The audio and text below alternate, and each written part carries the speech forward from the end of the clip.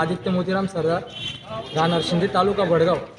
तर मी शिंदीचे जे सरपंच आहेत सरिता भगवान सोनवणे यांचे देर यांनी राजवाड्यातला रात्री खंबा चोरी करून त्यांच्या शेतात लावण्यात आला.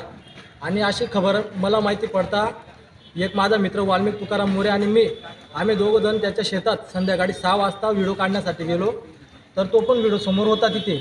आणि व्हिडिओ काढल्यानंतर त्याने दुसऱ्या दिवशी तो खंबा राजवाड्यात आणला.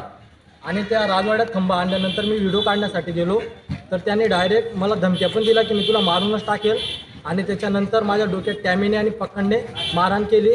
आणि परत गणेश सोनवणे सुकलाल आपण मला पकडून केलं, यांनी पण मला मारलं. आणि धनंजय विठ्ठल सोनवणे यांनी पण मला मारहाण केली. आणि शिवीगाळ करत राजवाड्यातून लेडीजांना पण मारहाण बोलत होता. शिवीगाळ करत रस्त्याने आणि गल्लीतून निघून गेला.